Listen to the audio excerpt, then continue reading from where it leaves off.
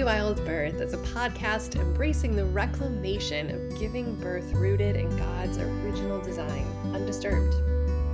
Here, we share home birth stories highlighting God's presence as the great midwife, as well as conversations about all aspects of a holistic, spirit-led childbearing year, from the perspectives of myself, traditional midwife Lauren Hall, of Rooted in Eden Private Membership Association, And me, holistic birth keeper and photographer Brooke Collier of Sister Birth. Together, we are co-founders and facilitators of Hearth Mother Journey, where we are raising up the next generation of holy wild birth keepers. To choose a holy wild birth journey is to consecrate all of your decisions unto the Lord and reclaim creation unadulterated by centuries of human attempts to control and improve upon what God has called good.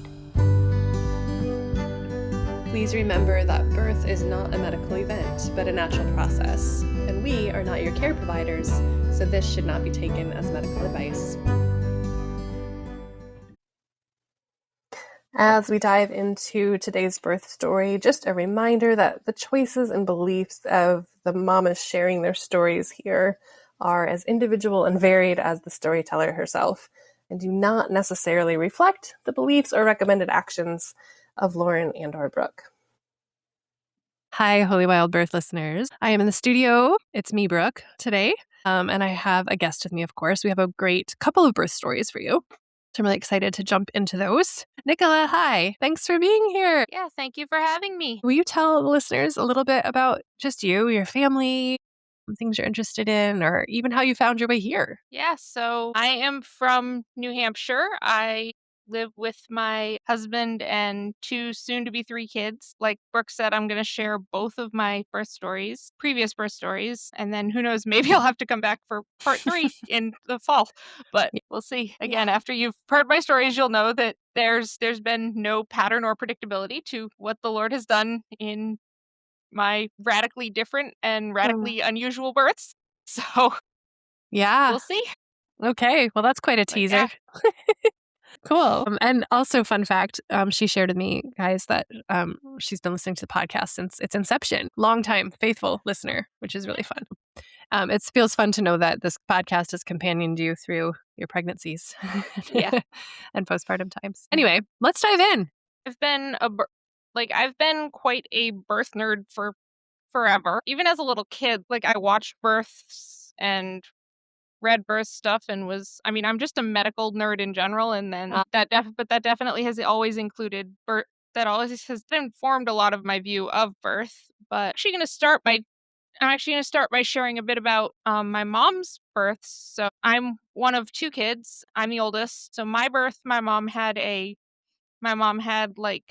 30 plus hour, I think 37-hour labor, kind of the classic cascade of interventions of first baby, very long labor, went to the hospital probably a little too early, and then managed to push through without a C-section or without any other interventions. She ended up having a natural birth very much in a controlling and coercive environment. My sister's 3 years younger than me, so she did a lot more prep work going into that second birth. She did the whole labor at home and then was going through transition in the car, got to the hospital, ready to push a baby out, starting to push a baby out.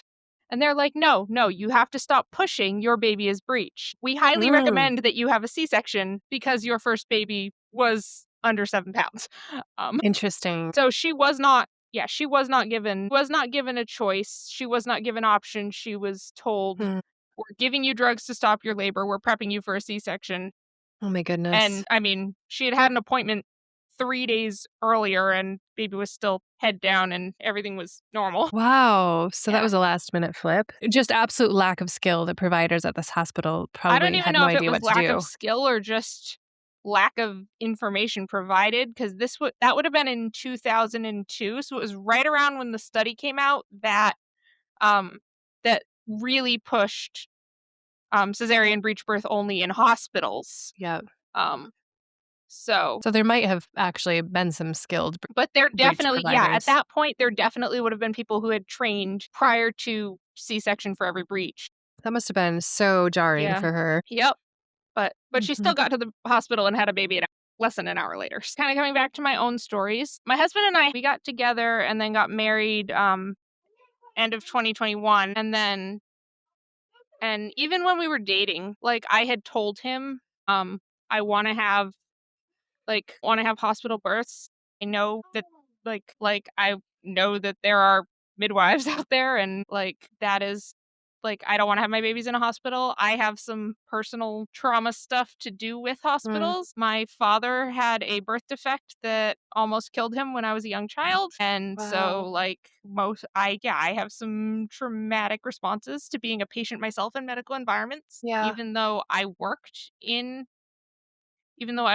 more medical environment. I was an EMT for a couple years, and then I had some state licensure issues with working here in New Hampshire. Okay. So when I ended up moving back during COVID, that was kind of the end of that. I told my husband up front when we were dating, hey, I don't want to have hey, I am not a good patient. I don't want to be in a hospital. I would find a midwife.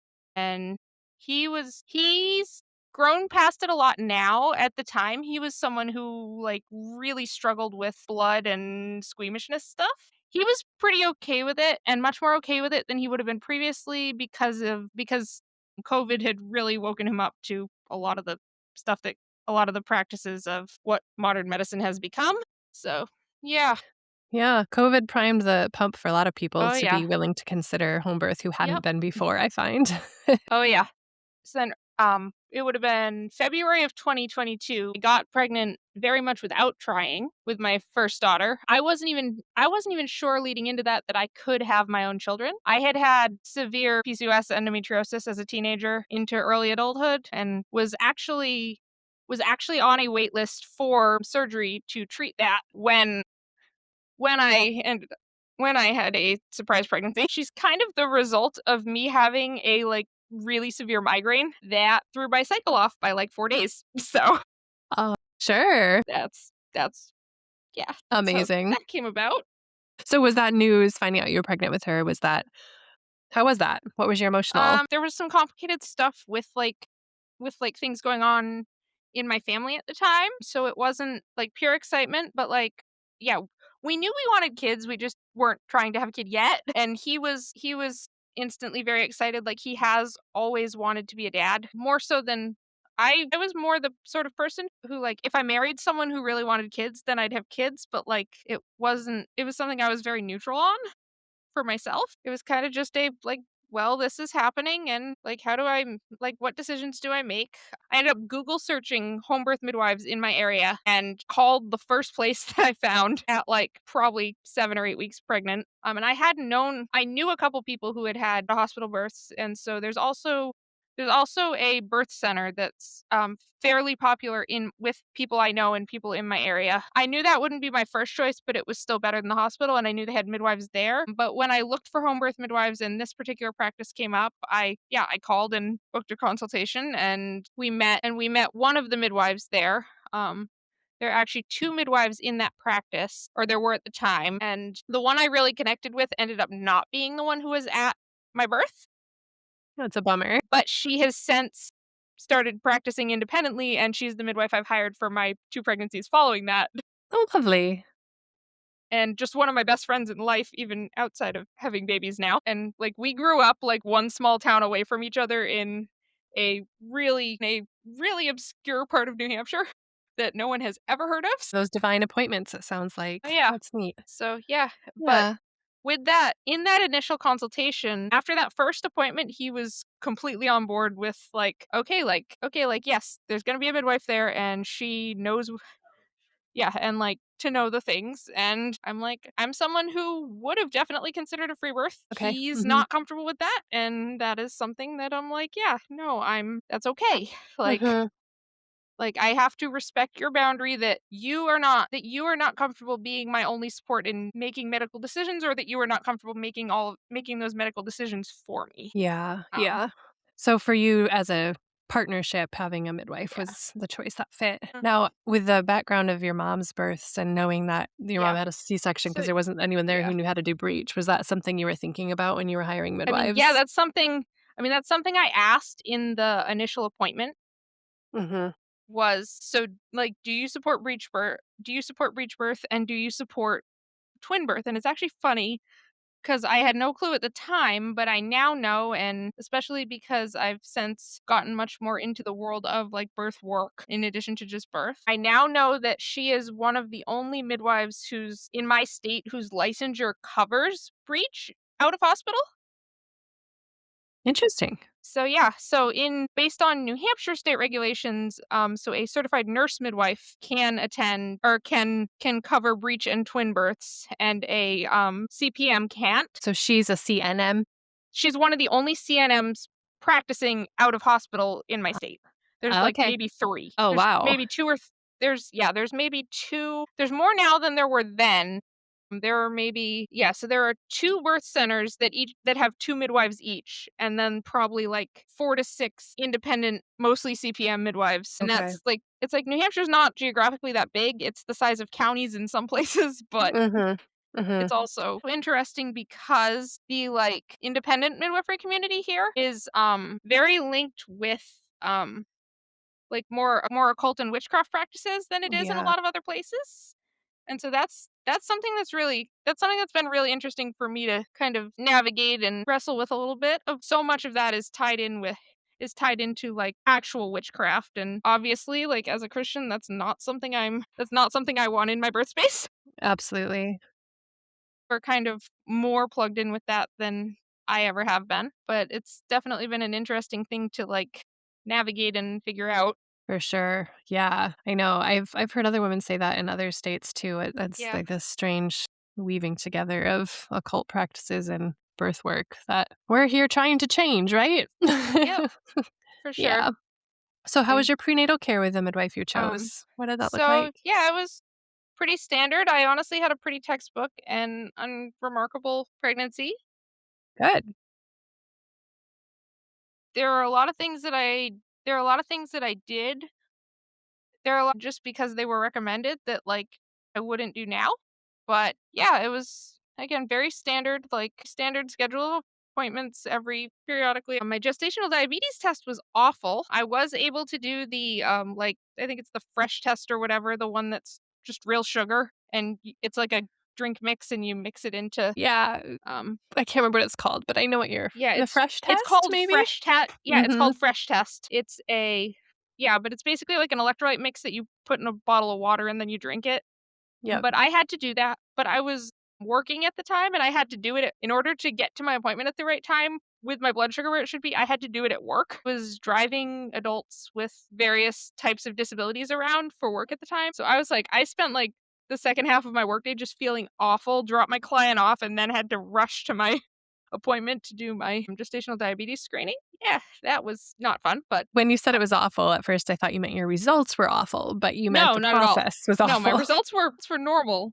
Good. But I did almost throw up and or pass out because I wasn't able to like set aside time to do it or like do it at home. Whereas this midwifery practice had an office that they did all prenatal and postpartum care at their office other than like birth and the 24-hour checkup. So, and it was like 45 minutes I think from my house. A Hike, yeah. little bit of a drive. The kind of care that would support the type of birth that you knew you wanted to have, right? Yep. And yeah, and in terms of like preparation, one of the main things I did was I called up a mom friend that I had who I had known for almost 10 years at the time.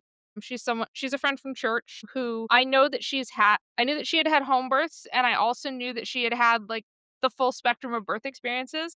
She has 8 kids now. I think she was on kid 6 or 7 then. Just moving in close to a friend who was a seasoned Yeah. and Well, experienced mom and birther as part of your preparation. her first 2 were C-sections, and I had known her since her first was almost a year old. So I'd known her through births 2 through 6. So yeah, it's like her first was a hospital C-section out in California, actually, and then she moved back here. Her second ended up being a C-section, but he was like 13 pounds. She was planning for a VBAC and then went past I think she went to 42 weeks. She definitely went over 41 with him. She just did not go into labor. on their timeline, and she was still seeking hospital care at the time. Yeah, so then her third was a hospital VBAC, and then her fourth on were all home births, and she actually used the same midwife that I had hired, which I didn't find out until, like, I didn't know that when I hired her. I had just Googled her, and then it turns out that, like, that was who she had at her home births. Very cool. So that was great. But yeah, having someone to kind of ask those questions of, like, okay, like, what what realistically should I expect? And, like, hey, like, would you be willing if you are able to potentially come with me so that I have support with me and support for my baby? Knowing all the things that I did want to decline of, like, I don't want people just giving my baby routine things without my consent. Like, right. yeah. That sounds like a really precious friendship and such. Did you take any classes or anything? Took one class with you, actually. You did a Zoom class. On, like, first 40 days postpartum period, and we were both like somewhere between, like, 20 and 22 weeks pregnant doing that class. Personality-wise, like, I'm the sort of person who, like, very much would push through physical discomfort normally, especially, again, with my background of chronic illness. Like, I've been to work in more pain from my period than I was in the day after giving birth. To come from that of, like, being very comfortable with pain and just used to being in discomfort, being in a certain level of discomfort and functioning through it. I don't know that that's something that, again, had that not just, like, schedule-wise completely lined up for me to do. And yeah, you were someone I had been following before I got pregnant, and then definitely a direction I turned for some resources. I think I found you through Jackie, who's Birth at Homestead. Yeah. Yeah. Small world, since she's in For Canada. sure. Yeah. So you didn't take a birth class for I didn't take a standard, like, prenatal birth class. But I ended up doing that postpartum prep course. The first week after birth, I think that's what it was called. Was I it still first have that week? available. Was it first week, or was it something more? I think it went, maybe it was first 2 weeks or something. Yeah. I can't remember I think now, it was but literally called the first week after birth, though some of the principles in it would absolutely extend beyond the first week, for sure. That was definitely incredibly helpful for me, and I'm like, I wasn't planning to go back to work anyways. Knew that financially it made the most sense just for me to be home with kids, at least in the first year or two of having kids, especially where I'm in a community, and especially, like, within my church and stuff, where there are there are always a lot of pregnant people. There are always a lot of people giving birth. And so I was definitely, like, and watching other people, like, during the time I was pregnant, there were, like, 4 other first-time moms who had babies within 6 months or less of me. And so watching those people, I feel like going into my first birth, I was definitely preparing, like, I was kind of overly mentally preparing myself, if that makes sense. Like, I was mentally very much expecting to go 42 weeks and over 24 hours of labor. Like, that was where my head game was at. Yeah. I always think it's a good idea to expect that the first time, just be mentally prepared for it being long. And it kind of backfired on me because I ended up being unprepared because I had a baby at 39 and a half weeks and a, like, 7 or 8 hour active labor. But that does happen. Oh my goodness. So you were like, oh, I'm not actually quite ready for this. So then, it's like going into my due date window. I think I was due November 1st or 2nd, which I remember I was due on a Monday. And I ended up having her the previous, like, overnight, the Friday night. I worked up until 37 weeks, but in those, like, last couple weeks there, like, somewhere between 37 and 38 weeks, my car died for 2 weeks. So my alternator blew. So I was just home for, like, 37 to 39 weeks pregnant. I was just housebound. Very pregnant, probably watched a lot of TV. I'm sure. And none of which I remember. I have had no nesting instinct whatsoever with my first 2 pregnancies.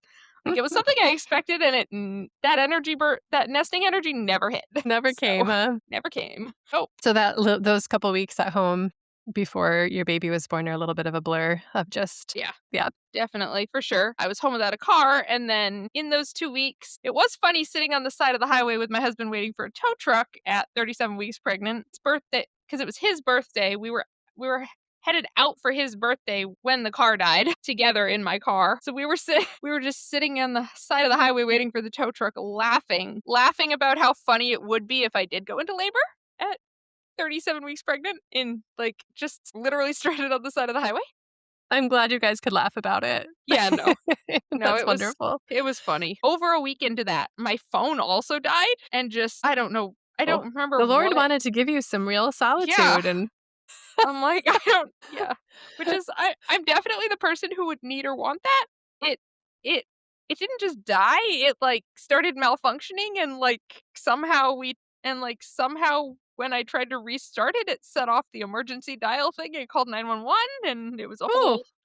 Yeah. So it was oh yeah, the whole I'm home alone with no phone and no car, and I am in my due date window to go into labor. So this could be interesting. Goodness. But wow. Yeah, that's wild. It was only a day or two without the phone. That's good. But the phone definitely happened during the car thing, so I had to wait until the next day to go get a new phone of just being home. I could go into labor, and I would have to probably walk up the block to the pizza place and ask to use their phone. Yeah. Too funny. So how did So at 39 weeks, I felt just a shift in my body where stuff was getting started, but I wasn't actually having contractions. I think maybe I lost a piece of my mucus plug or something. Definitely not all of it. I felt this shift or change in my body, and then nothing. And I had an appointment the next day. It was still pretty much just everything normal, everything very much normal, third trimester pregnancy. And then that Friday, I distinctively remember there was nothing going on all day. I was pretty much just sitting on the couch and doing stuff around the house. And then on Wednesday and Friday nights, my husband and I volunteered at a youth center in our area together with a bunch of friends of ours. So he got home from work, and him showering and getting changed after work to go anywhere is non-negotiable. We got in the car, and that's about half an hour away from my house. Yeah, we got in the car at somewhere between 5 and 5:30, and I remember having my first real contraction on the way there, and then having them, but they weren't again, based on my pain threshold, they weren't that painful, and I was kind of just thinking I had at least another 2 weeks probably. I was great, another uncomfortable pregnancy symptom now. Yeah. One more way to be... You were so sure you were going to go to 42 weeks that you didn't even have it cross your mind. Not even 42 weeks, but 41. Yeah. Not even if it was 42, but 41. I was just kind of going about my night there, and I was the receptionist, so I would sit at the desk and sign people in and out of the building as they came in and out. Gotcha. So I was doing that, but I wasn't at the front the whole night, so I was just, and that building is an old private Christian elementary school. So I was kind of just doing laps around the hallways here and there, still having contractions every so often. Still not really thinking they were contractions. Let's see, maybe around 7 p.m. was when everyone goes to dinner. And so I did text the midwife and say, hey, I think I'm having some contractions. I'm not there yet. I'm not in labor yet. And they weren't weird contractions. They were very much cramp contractions. I didn't have anything to compare it to at the time because I'd had no Braxton Hicks, nothing up until that point. Felt like period cramps, but it was all low across the front of my belly, whereas I had period cramps that I could feel from my ribs to my knees. So it's that were probably more like a normal labor contraction. It was just kind of tight, sore, almost round ligament pain, cramping contractions. But they were slowly getting more consistent as I was just ignoring them, not saying anything to anybody. Let's see. I think I texted my husband when I texted my midwife, hey, I have had a couple of contractions in the last few hours, but don't tell anybody, I'm fine. So yeah. It was real great when all of our friends who saw me that night and had no clue. Maybe. You're so good at keeping a poker face during pain because you've had to for so much of your life. Again, I went to work in labor-like levels of pain previously. Oh, yeah. I can imagine that would also throw off your ability to recognize labor for what it was. I guess so. It's not something I had ever thought twice about. I mean, when you get your period, like, they tell you you'll bleed and it'll hurt. They don't specify how much usually. So I was at that time still just coming out of the, like, I thought my normal was normal until I was an adult. Right. And so kind of the same thing with labor. It's like I don't know that I don't know if I expected it to hurt more. It just definitely wasn't overwhelming. Sure. So at what point did you recognize, like, this is actually, like, the real thing? I'm probably going to have a baby. Probably when it started having a pattern and I wasn't even thinking to time it, but, like, I definitely got to the point probably around 7 p.m. and I think I had one that I had to actually sit down for. And then I was like, okay. Maybe this is early labor. So that wrapped up, like, between 9 and 9:30. We close at 9 and then all the kids get picked up and then we have, like, our staff debriefs somewhere between 9 and 9:30. So made it through that and then it was like we went outside to the parking lot and my husband was still talking to one particular friend of his in the parking lot, and at that point I was definitely in labor, and he knew that I was also in labor, but because, like, the pain was not showing on my face, I was just, like, standing in the parking lot for probably 20 minutes dying while he was talking to his friend pretending I wasn't having real labor contractions. You need a secret signal next time. And then they started talking about, like, oh, maybe we should go hang out before we go home. And that's when I was like, no, I want to go home now. I want to go home now, please. And then once we got in the car and we were headed the half hour home, they really picked up. They were definitely, like, consistent active labor. So probably active labor starting around 10 p.m. So then I got home and just changed into my pajamas, went to the bathroom, and crawled in bed because I was still having contractions, but it was also like 10:30 at night. 10:30 at night, and I'm just like, yeah, well, I mean, I don't really want to do anything right now, so I'm just gonna go to bed, or at least go lay down. So I never felt my water break. At some point around when I got home or a little after, like, I never felt my water break, but I know my water was open, probably on the toilet when I got up to pee and I didn't fully feel it. I never got the big gush, but it started leaking. So at some point I lost my gym shorts and threw a Chuck's pad on the bed because I started leaking amniotic fluid. Around there, somewhere between, like, 11 and 11:30 that night, it was like, okay, these really hurt. Maybe we should time them.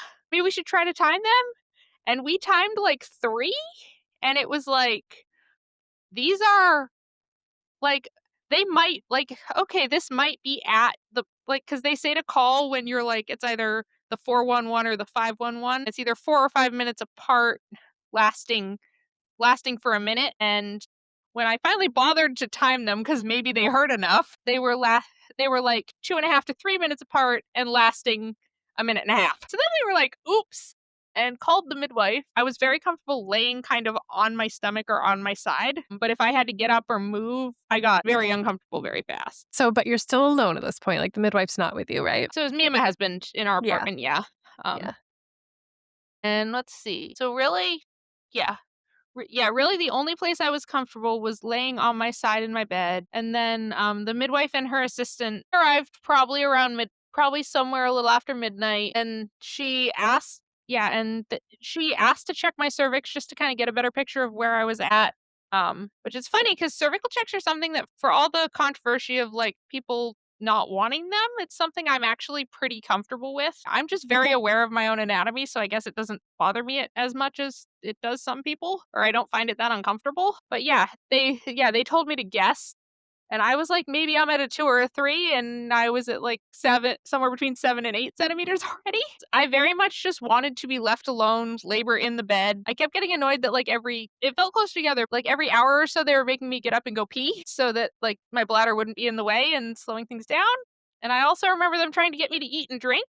and I did not want to. At this point, I was like, it is 2:00 in the morning. It is 2:00 in the morning. My body does not want food at 2:00 in the morning. Like, it's not That's even fair. about being in labor or otherwise. I ate normal dinner and, like, at, like, 10 p.m., no, I did not want food. I did not want food. I definitely drank some water, but, like, didn't wanna and I didn't wanna have to sit up to drink because I was so uncomfortable sitting up or Mm, being upright. And then the other thing was that for some reason I had, like, awful heartburn in labor, which I was not expecting. But that is yeah, unfortunate. that was yeah, it's like, that was uncomfortable. At some point, I think I had someone make me some, just mix baking soda into a glass of water for me to chug to try and get that to go away. I was just very actively, but not actively laboring, laying on my side in the bed, probably getting close to 5 now. They thought that my labor was stalling out, and what actually happened was that I hit transition. The contractions did go from, like, being almost on top of each other to starting to space back out, and Mhm. they were thinking, "Oh, yeah, she's a first-time mom, like, probably gotta," like, they really wanted me to get up and move, thinking everything was slowing down and we still had a ways to go, and so I did not want to. They finally got me up, and I was like, "Okay, I'll get in the shower," and then that got, yeah, that was also my husband's chance to kind of have a little bit of a break and maybe get himself something to eat because he'd been in bed with me, but yeah, he'd been in bed with me and, like, doing some counter pressure on my lower back here and there, but he also was just, like, sitting there in bed awake all night while I was in labor. While I was just pretty much in labor land, very out of it, no concept of time. But yeah, so I got to a place where I was basically, like, squatting on the floor of my shower, and I didn't have in that apartment, I did not have a tub. I had, like, an upright tile shower with a flat floor.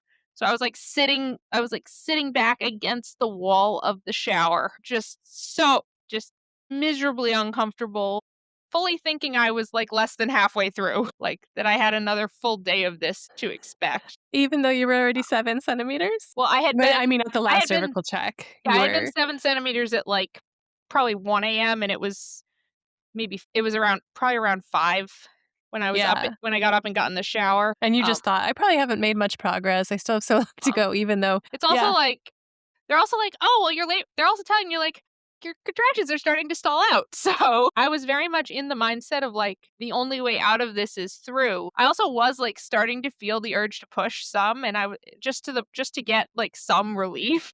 Yeah.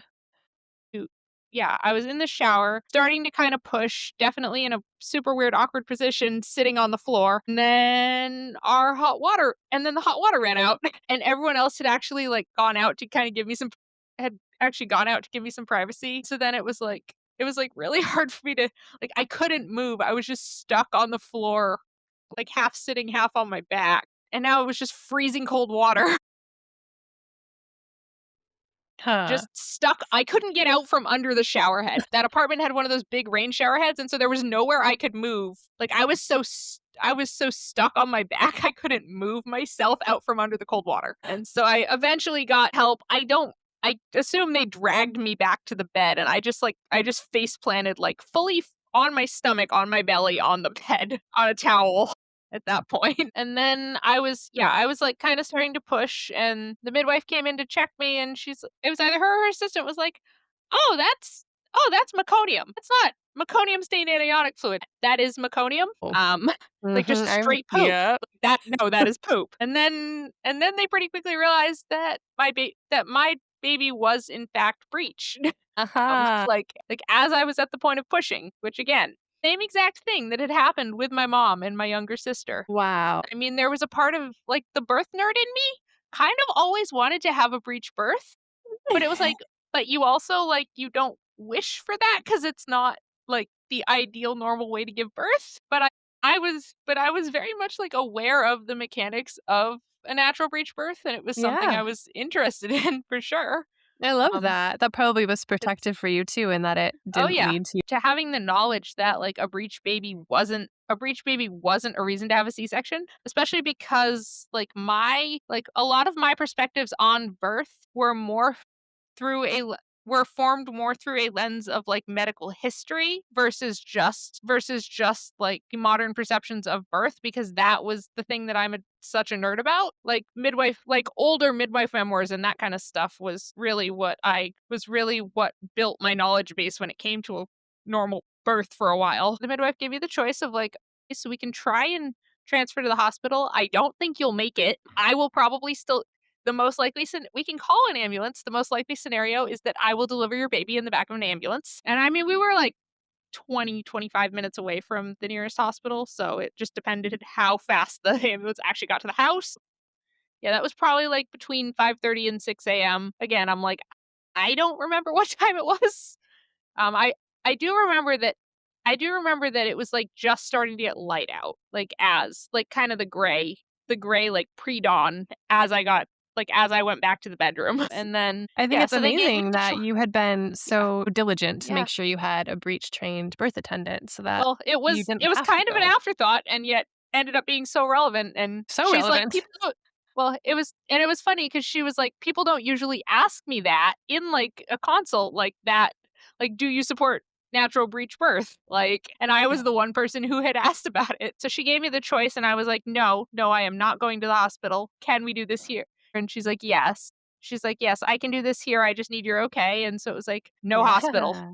No hospital. Awesome. I mean, I could barely talk. I was very much present in my mind, but I was really, really struggling to communicate throughout the second half of labor, Yeah, that's so which is typical.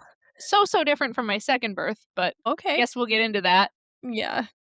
when we talk about that. But yeah, so they were like, okay, we do need you to get up. So the nurse assistant, she and my husband pulled me up and pulled my knees up under me on the edge of the bed. And then my husband sat in front of me, and I was like leaning. So I was kind of on all fours, but like basically laying in his lap with the front half of me. And then started pushing. And then once I started pushing, which again, with the breech maneuvers, it was somewhat coach pushing, but also like just very much push with contractions.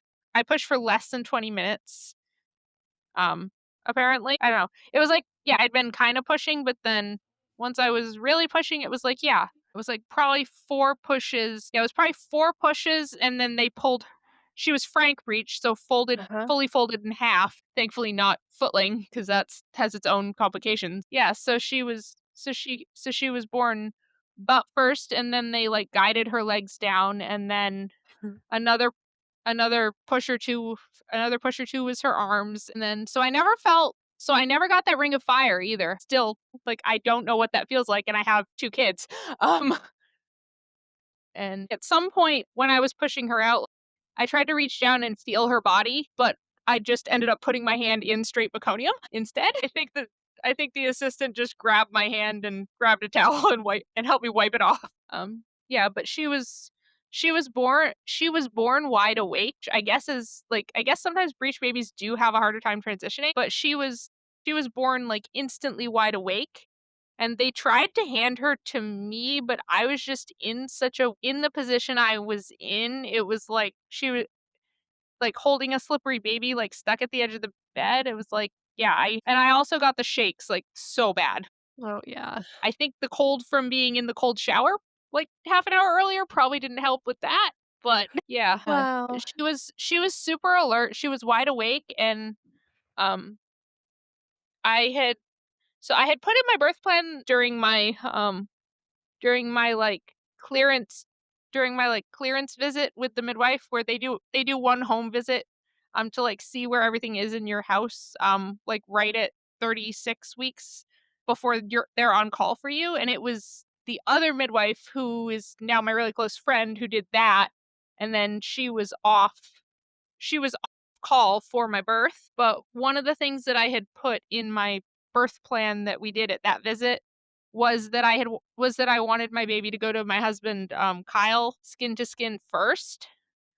And so I was finally able to I was shaking so bad, and I was finally able to be like, hey, like give her to him. And so he pulled his shirt off and got next to me and was able to take her, because I was shaking so badly I couldn't hold her. And then they were kind of able to do some gymnastics of like flipping her over or of like flipping me over so that I was able to actually be like laying in the bed and get like a towel up over me a little bit more. And then they did get her on me and they did get her on me skin to skin and I think she sort of latched. I can't remember. Um Again, like the 20 minutes after were just a whole other kind of weird. Total totally in shock, which I wasn't and my placenta came out like right away. I think it was like again less than 20 minutes after baby placenta was out and I think my husband was holding her at that point and once my placenta was out, like the midwife offered to have him cut the cord and he took one look and he was like, "Nope, I know exactly what that's gonna feel like, and I've been fine with all of my squeamishness issues up until this point, and if I do that, I might throw up." And he said that the sound that it made was exactly what he thought it would feel like. So, It's a yeah. funny observation. Yeah. I tried nursing her for a little bit and then they were able to get me to the bathroom and get me some clothes and then I was able to at least try to brush out my hair because being like in and out of the shower and in bed it had gotten all stuck and knotted in my face. And then that whole first day was very much just like rest once the midwife actually packed up and it's funny cuz I was like, my husband and the baby slept most of the day, and I was just wired after the first few hours. As we wrap up this story, do you want to just share a tiny bit about just your postpartum time? Because you did take a class to prepare for it. So how was Yep. your postpartum? I mean, that postpartum was fairly chill, other than the fact that that was a state election year, and I thinking I would still be pregnant to go vote, did not register to absentee vote. So I don't know Yeah. what I was thinking to leave my newborn with my sister at my house at like 3 days postpartum in like freezing 10-degree weather to go vote. Um, You were committed. Committed. that wiped me out for like 3 days afterwards, but I it was bet. it was Yeah. it was like an hour total. I don't know. Again, I'm like, I don't know where my logic was now that I thought it was a good idea to just like leave the baby. For some reason, leave the baby. Like I felt really good for the most part. Again, like I've shared with my experience with pain, I've gone to work in more pain than I was the first 2 days after giving birth, either naturally or after my C-section with my other baby. Yeah, that recovery was pretty smooth. I'm kind of an insomniac anyways, so I don't find the lack of sleep with a young baby that hard. Like I find the like 0 to 6 month stage for the most part pretty easy.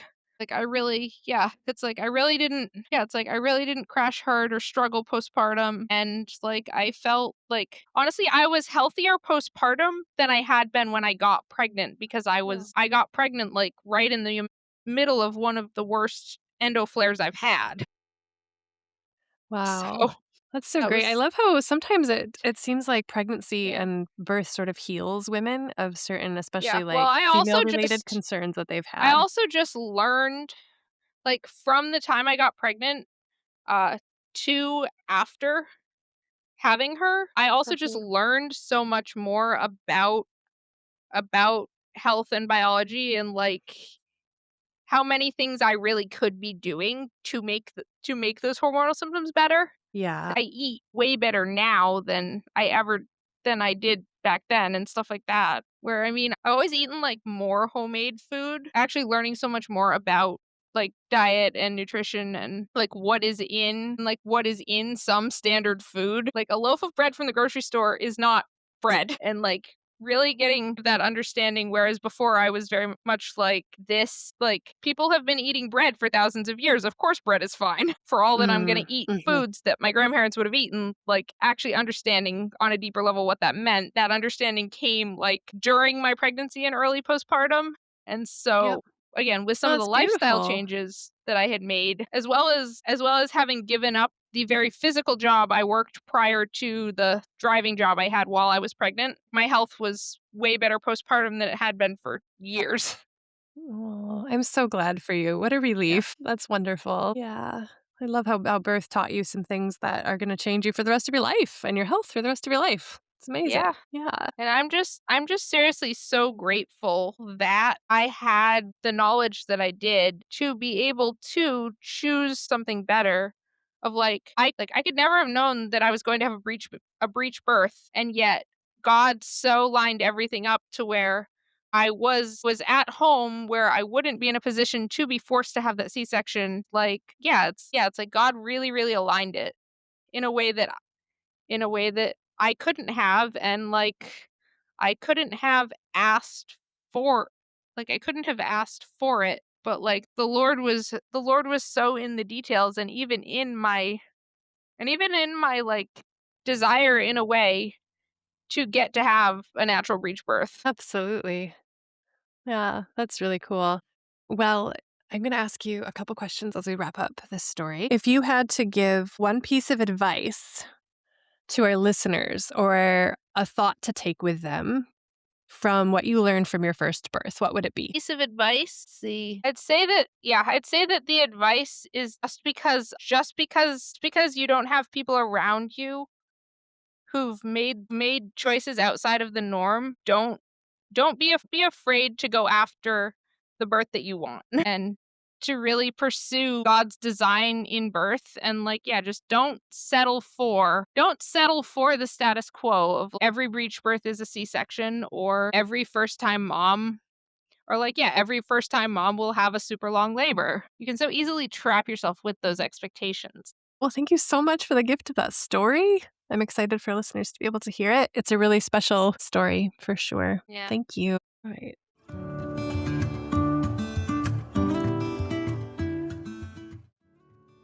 Are you a Jesus-loving woman who feels called to serve birthing mothers, but feels overwhelmed by the secular New Age ideologies in the birth world? You sense the holy tug to be a birth keeper, doula, or traditional midwife, but it feels impossible to find training that honors both your faith and autonomous birth. Allow us to introduce you to Hearth Mother Journey. This isn't just another birth worker training. It's a transformative journey that will ground your birth ministry in biblical wisdom, equip you with a Christ-centered methodology of traditional, undisturbed birth practices, transform you into the wise guide God is calling you to be, expand the depth and breadth of your understanding of physiological pregnancy, birth, and postpartum. Join the rising of the modern hearth mother, centered on God's holy hearth, serving as his handmaiden, carrying the sacred fire of wisdom and truth. We're on a mission to raise up the next generation of holy wild birth keepers. Will you be one of them? Click the link in the show notes to take the next step into your calling.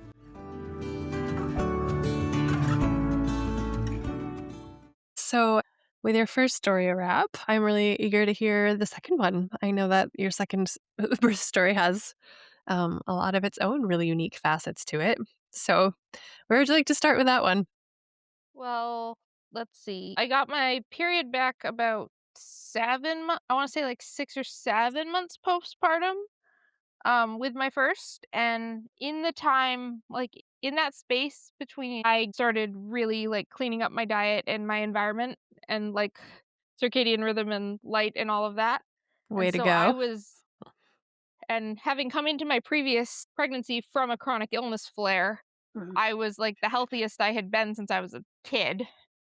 And then when I night weaned my oldest, that month I got pregnant. So that was when she was a little over a year. Um, um, and I had to take multiple pregnancy tests. Because the first one I took was a faint positive, but my husband looked at it and didn't believe me. And so then when I took another one 3 days later, it was very visible. It was more visibly positive. It's this pregnancy was neither planned or unplanned, just God's will. Oh. I ended up getting in touch with one of the two midwives who was at the practice I went to for my previous birth. Oh, yeah. And she had since left and started her own practice. And she was the midwife who I had really connected with during my prenatal care, but who was not actually at my first birth. Um, so very early on in that pregnancy, I ended up getting in touch with and hiring her. That pregnancy was overall, I was in such good Wonderful. health going into it that it was just a really healthy pregnancy. Like I had struggled a little bit, or like I had to start supplementing to keep up my iron levels and stuff. None of my labs were ever even Mm. a concern at all with the second one. And I was also able, with the change of midwifery practice, to decline a lot more of the testing that I guess I didn't see as bad, but also didn't see as necessary. I had way less morning sickness. I mean, I was tired through the first trimester, but like only threw up once. I only threw up for like Oh, yeah. one full day, and I think that was food poisoning, not pregnancy. I was like 19 weeks and 3 or 4 days, and I had my daughter with me, and I went to a friend's house Hmm. to babysit their daughter, and I was just feeling very, very off that day. I was feeling off, and then I started having like cramps that are like, "Oh, these feel like contractions." At first, it was just like, "Okay, I'm uncomfortable, or maybe I'm dehydrated." And I think I did throw up that morning, but I'm pretty sure that was motion sickness from driving from my house to my friend's house, like half an hour to babysit their toddler with my own. I ended up having to call my midwife, and she's like, "Yeah, we should, yeah," because I wasn't really feeling baby move. "You've Hmm. had a kid before. If you think these are contractions, we should probably go in and make sure your baby still has a heartbeat," especially because I wasn't especially feeling the movement. And in that pregnancy, I felt less movement in that pregnancy anyways. My my daughter's position was just like Mm. weird. Oh, She was very, very low in my pelvis from very early on. Like, and I didn't show until way later either, because it took her. I'm a pretty tall person with a long torso. mm. I was feeling a lot more pressure super low down, even from like 11 or 12 weeks. Oh, But with the having contractions, or what I thought were contractions, and then them starting to almost have a pattern, I didn't want to tell the people whose house I was at what was actually going on. So, so my friend's husband works from home, so he was there. So I basically just told him, "Hey, I have a family emergency. I have to go." And then drove half an hour the other direction to drop my daughter at my parents' house so that I could then go to the hospital, and then called my mhm. husband on the way to meet have him meet me at the ER to get checked. The one that was better to Mm. have to go into the ER Uh-huh. in was further away one, since it wasn't. I'm like, I still wasn't bleeding, my water hadn't broken or Right. anything, so it was like, okay, I need to find out if my baby is still has a heartbeat And so so that what I did you can find out? decide what to do. Because I was like, even thinking about it, I was like, I don't want to have a miscarriage in a hospital. I want to go home and go to bed if that's what's happening. But if it's not what's happening in my baby, and my baby actually does need intervention, I do need to know that. um, Hydrated? and yeah. And so, yeah, when I got there, I waited in the I ER for see. like 7 hours, by the end of which, after drinking a lot of electrolyte solution, like the contraction cramps within a couple hours had stopped. And then when I finally got the ultrasound, it wasn't just dehydration. Like 3 days later, my husband got the stomach bug, so so I think I was just fighting that off. Um, and my body decided that uterine contractions was what that was going to do to me. Oh. So yeah, so it turns out that after 7 hours in the ER, because the person who initially checked me in forgot to take a Mhm. urine sample when they checked me in. The first person didn't ask for a test. Um, but yeah, I got the ultrasound probably halfway through that ER visit. They also spent like over an hour with L&D and the ER fighting over whose patient I was. Because it's like, well, if it's 20 weeks or above, it's like, well, I had my anatomy scan scheduled for the following week. It was, I think it was a Thursday or Friday, and my anatomy scan was the next Monday at that hospital too. But it ended up being, yep, baby Oh, was good. off. And my midwife and my husband both came and met me at the ER, and we were all there for a while. And then my husband was a student in an internship program at our church. So he ended up, once we were just waiting for, after we had the ultrasound and knew the baby was fine, he ended up leaving to go to class. And then my midwife stayed with me until I actually got my discharge papers several hours later. Yeah, and then everything was fine. And let's see, that was probably end of February, beginning of March.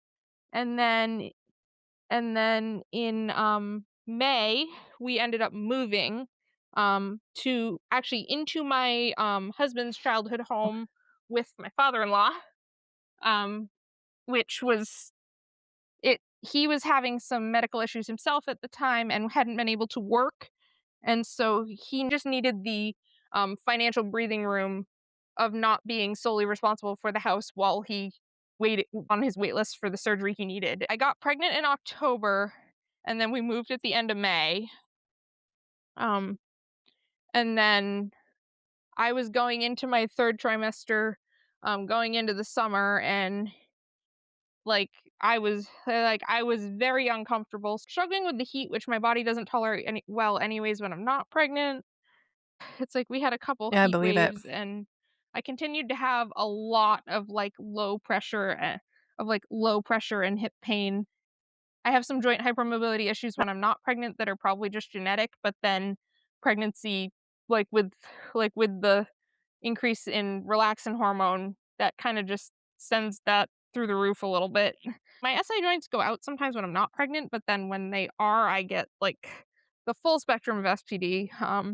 I did find a really good chiropractor in my second pregnancy, and having the chiropractic care compared to my first made a huge difference. There was a lot more discomfort, but I could get it fixed. It just wouldn't stay for more than a week. I know people who've dealt with it way worse than I ever did, but I think it's also just that I'm more used to dealing with it. Yeah, so around 37 weeks, I had a false alarm of thinking I was going into labor. And it was odd because we were in the same place and doing the same thing and doing the same things that we were doing when I went into labor with my first daughter. I started having some contractions, nothing serious. But as we were getting ready to leave, and so we dropped my daughter off at my parents' house, kind of on our way home, and then went home. And we got home, and my father-in-law was at home, and sat down for a minute, started talking to him, and it completely went away. Contractions completely stopped. The plan was definitely for him to leave when I had a home birth in the house.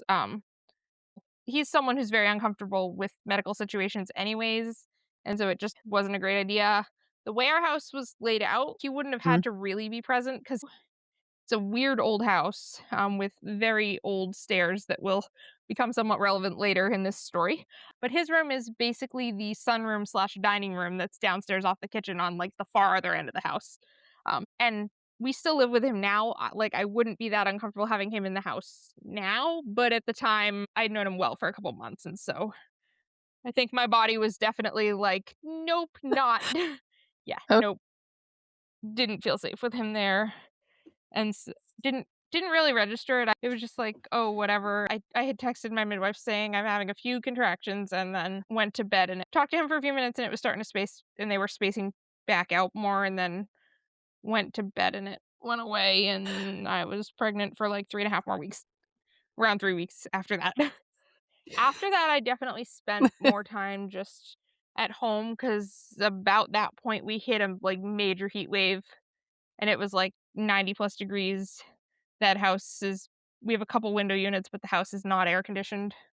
I did not intentionally have another summer baby. I would not have intentionally had another summer baby. Between 37 and 38 weeks, I couldn't even sit properly with how low and engaged in my pelvis this baby was. My 38-week appointment, I had my midwife do an internal exam. Is there actually literally a baby between my legs right now? And it was yeah. So when you're in labor and if someone is going to tell you to push, 0 is where they tell you can start pushing. And my baby's head was 2 centimeters below that. So yes, she was very much fully down and engaged in my pelvis. But I wasn't really noticeably dilated. I got to about 39 weeks, And yeah, right around 39 weeks. And then it was like Sunday night. So on June 30th, my husband graduated from his church intern Well, that program. sounds perfect. So that really freed up our schedule. We thought maybe I'd have the baby over 4th of July. My father-in-law was gone visiting family for the holiday weekend anyways. He was planning to go stay with his uncle, since he didn't have to go to work or anything. It was like, oh, maybe I'll have a baby while he's gone, but no baby. We just had some really good family time while my husband was off work for the holiday, and got to kind of slow down and really do some fun stuff with our toddler, who was at that point like 20 months. Um, and she loves fireworks. Got woken up in the middle of the night by what we were convinced was actual cannon fire. Um, on that night.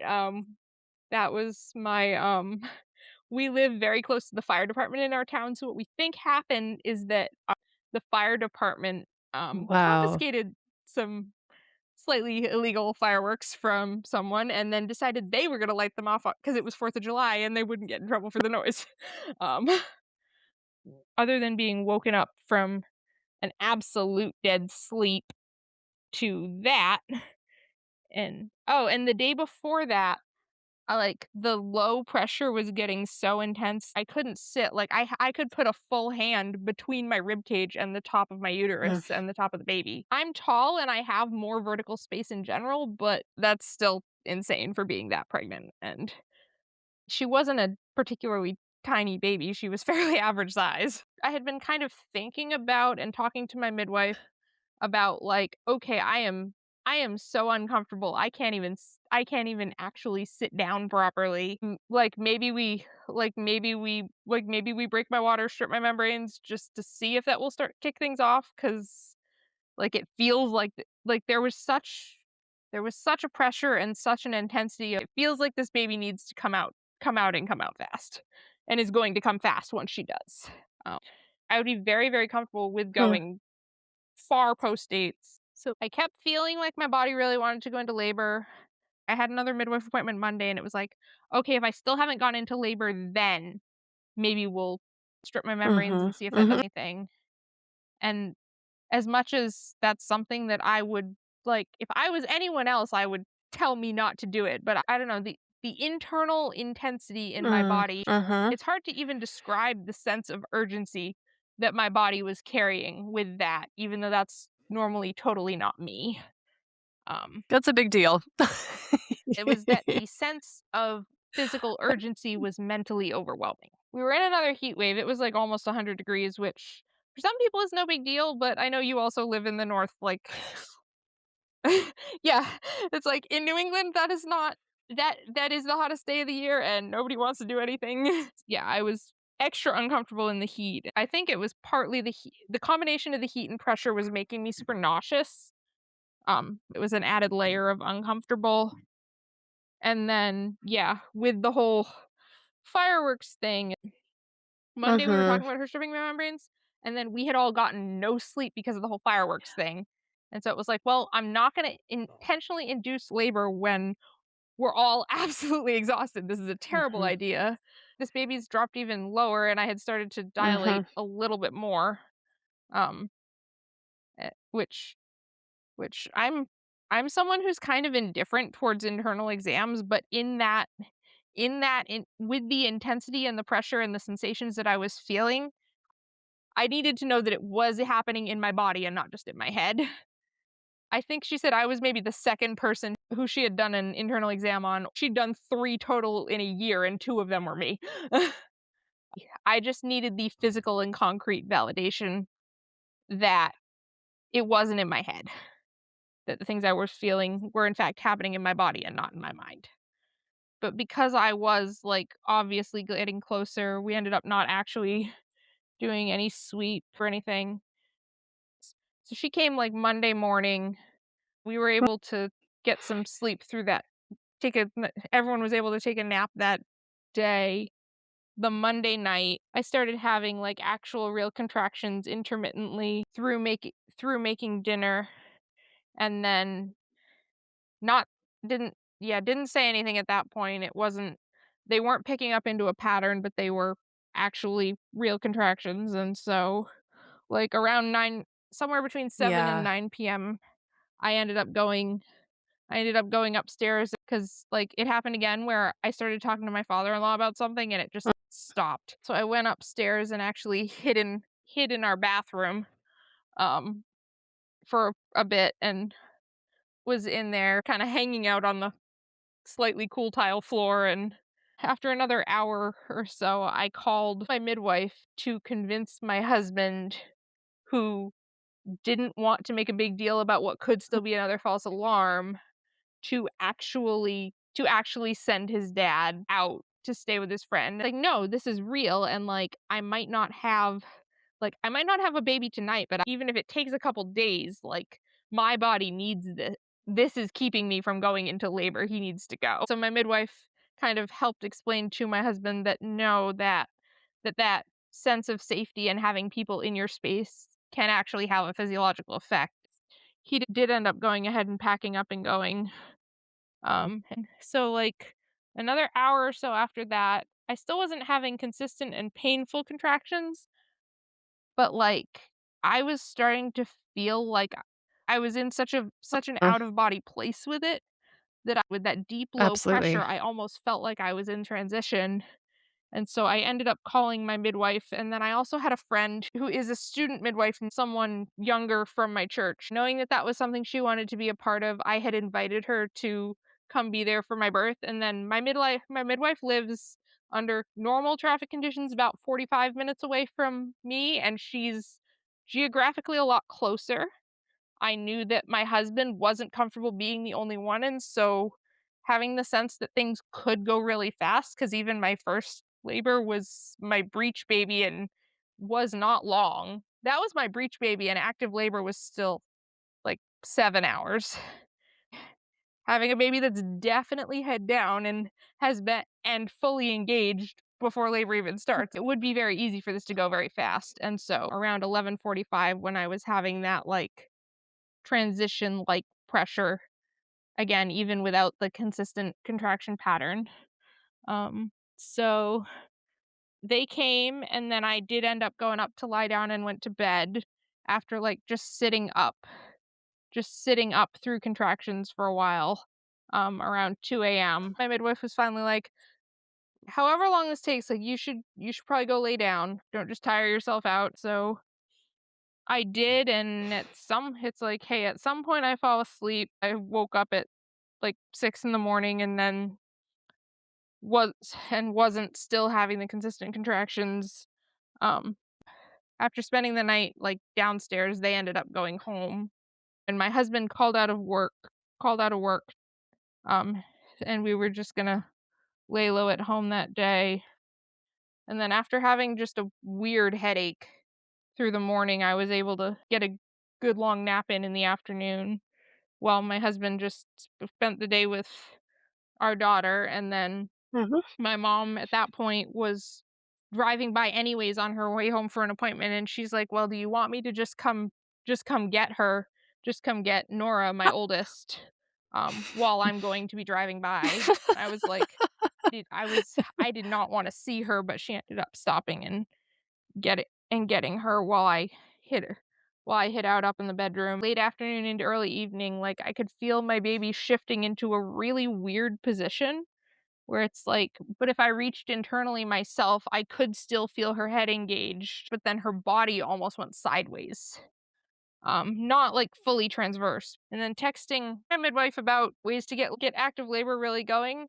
She's like, well, I have a tincture, or some herbs you can try, or you could try like doing something intimate with your husband to see if that moves things along with the oxytocin. And I tried, and that ended up being a giant fail because that is exactly when I decided to lose a giant chunk of my mucus plug. And yeah, I'm like, I think that traumatized him just a little bit. I ended up just deciding to lay Mm, down again for a mm. bit, and he went down. And we He don't went like to see downstairs that. to go get That's himself not some normal. dinner. Mm. And then I woke up around 10 p.m. So that was yes, that was Monday night. I had started to like feel early labor sensations around Sunday night. And then it had been like the full 24 hours without any real progress. Mm. But I woke up and I Okay. thought I felt my water broke. And so I got up and I went to the bathroom. Oh, wow. I woke Were up you thinking my water feeling had pretty broken. terrified in that And then moment, I or what went to was the going on inside of bathroom you? and ended up having to call to him to turn the light on. And my water had not in fact broken.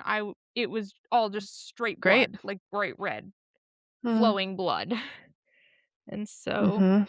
I kind of knew what was happening. And so with the amount of blood that it was like, that is definitely not normal.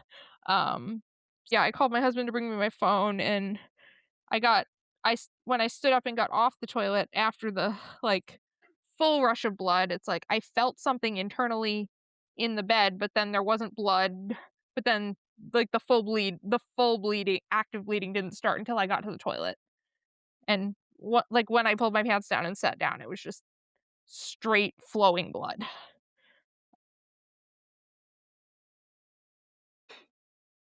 I'm a former EMT, so I Okay. snapped into like full midwife medical logic brain Can I ask you and a quick stayed question there about that? until Was there and any stayed pain there with for the it? next several hours. It's like I got a little dizzy and Mhm. I immediately started having like hard contractions in my logical brain, like And processing through like, really close together and okay, this is definitely a hemorrhage, could be a placental Mhm. abruption. Like, I got down, I immediately Mhm. like laid Mhm. down on the floor on my left side and had my husband bring me my phone. He also ended up having his phone. And so I called my midwife, and you need to call 911, which I pretty much already knew. I went ahead and texted my friend who was coming to come as well because she was closer.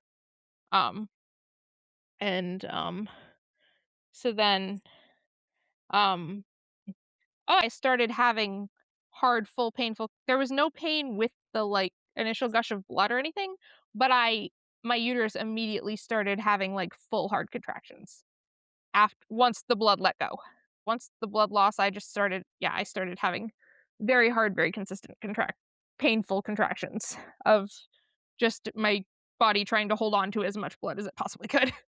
Um, I had gotten down on my left side because I know what to do for major blood loss as much as you can do anything.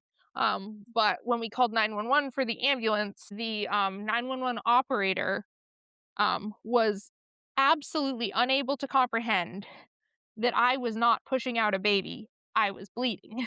And it's like, yes, I need an ambulance. Um, but he was like fully trying to coach me on how to get up and push out a baby. It's like I knew better. And I asked my midwife some question. But he was being like aggressively insistent that I follow his script over the phone.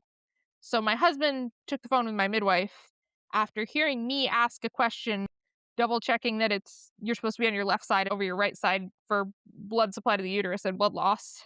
At that point, he recognized that I knew more than the guy on the phone, at least. And so he took her in the other room, and then she basically told him to trade back and give the she told him to trade back and give the 911 or basically to just take the 911 dispatcher in the other room and like kind of nod and placate him until we got the people we needed there, because you're supposed to stay on the line.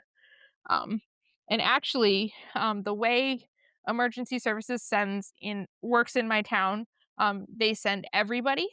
So all the police officers who were on shift showed up way before the ambulance because the fire department's volunteer. So there were like 3 or 4 cops who just came into the house and up the stairs before, and like, I mean, the door had been unlocked because we were just home.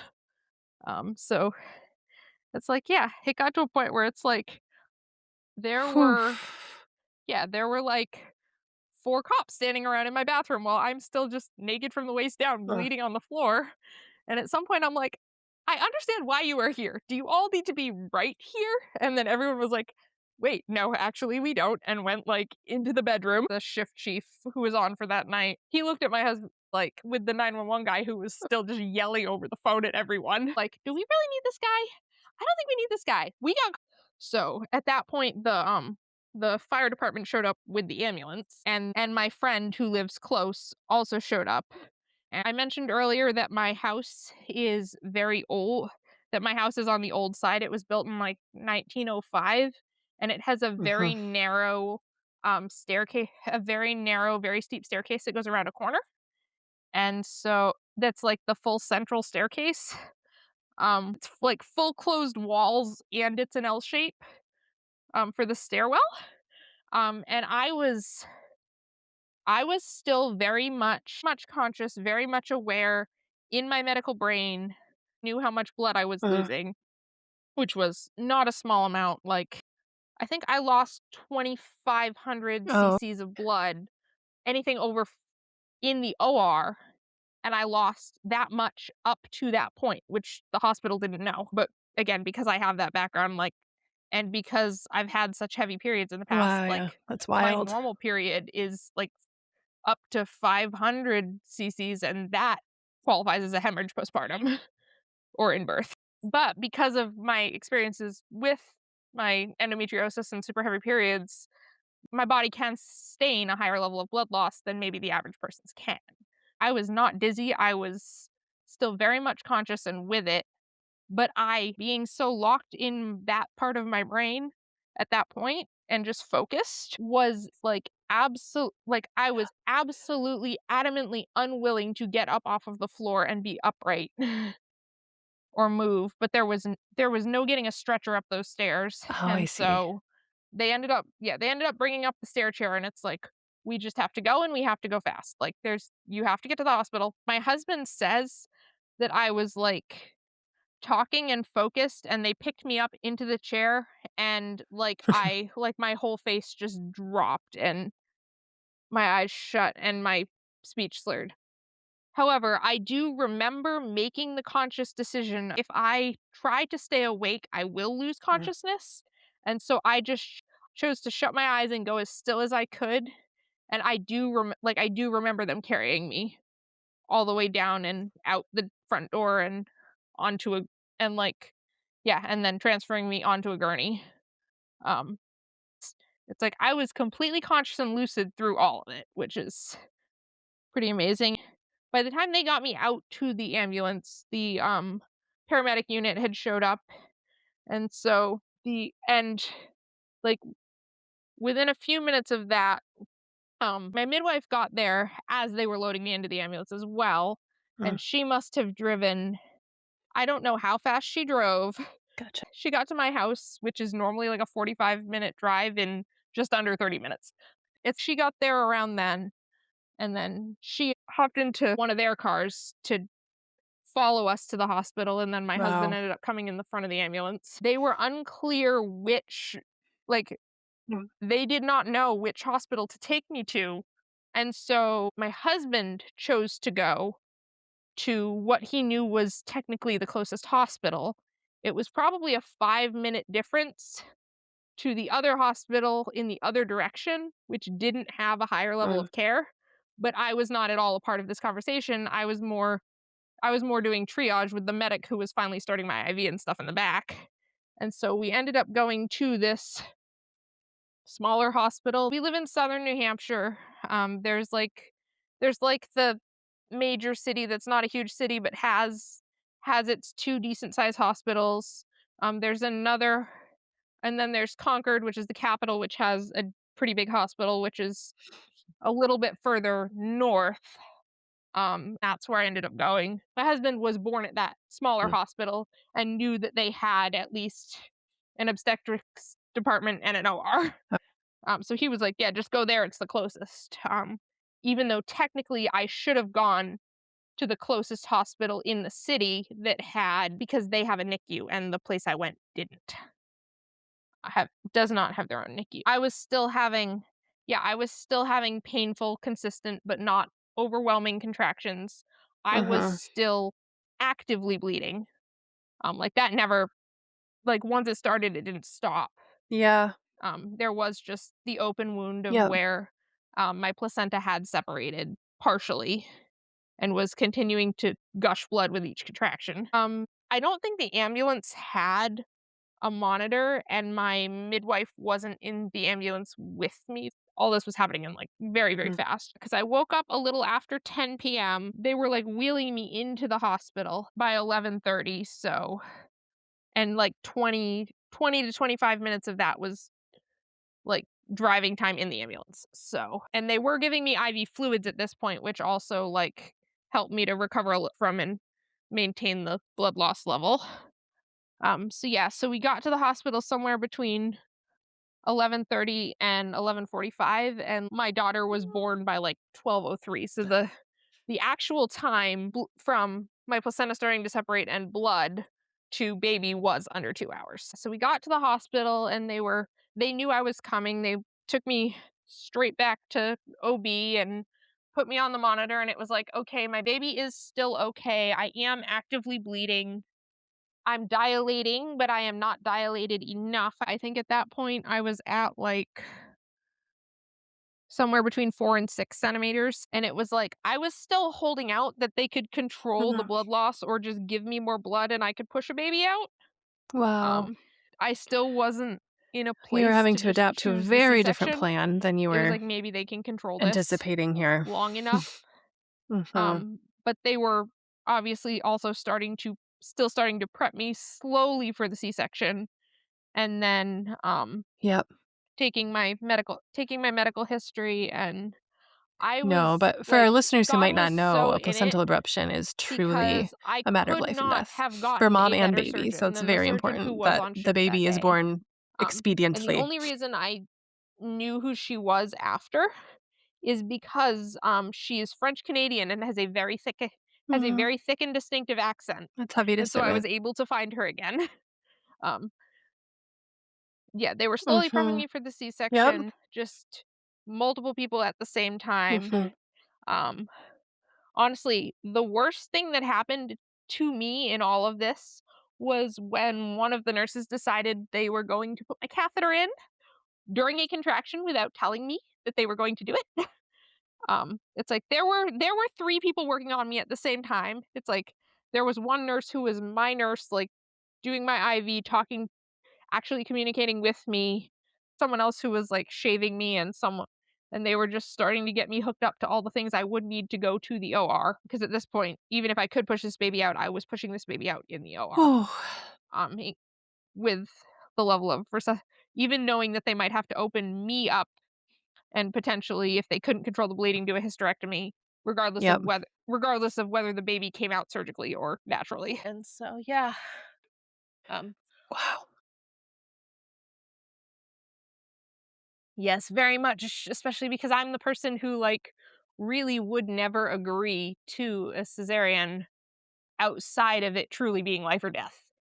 It's like there's no like oh, this is too long, I'm not doing it. But yeah. Mm. Yes, I think that without immediate intervention and things being able to go as fast as they did, I think I would have survived. I know my daughter would not have. My husband came in with me and was back with me, and at a certain point I had him go find Karina, my midwife, because I needed her to be in my medical brain with me in a way that he couldn't.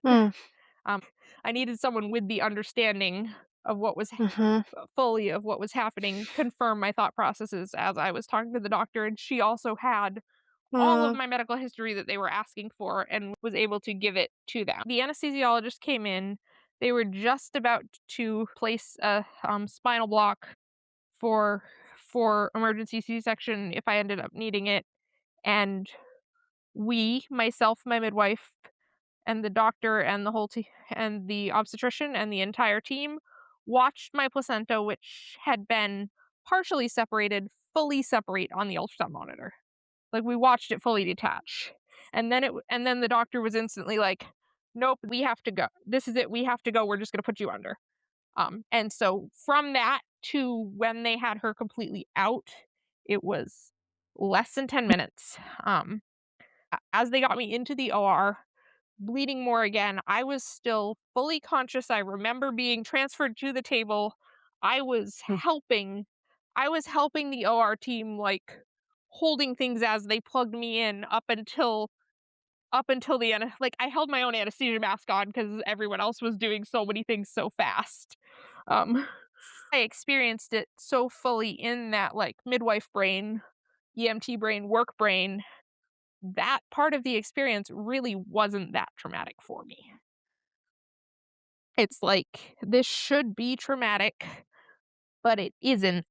Um, eh, God was so in the people who were there, and, like the one primary nurse and the surgeon that I got.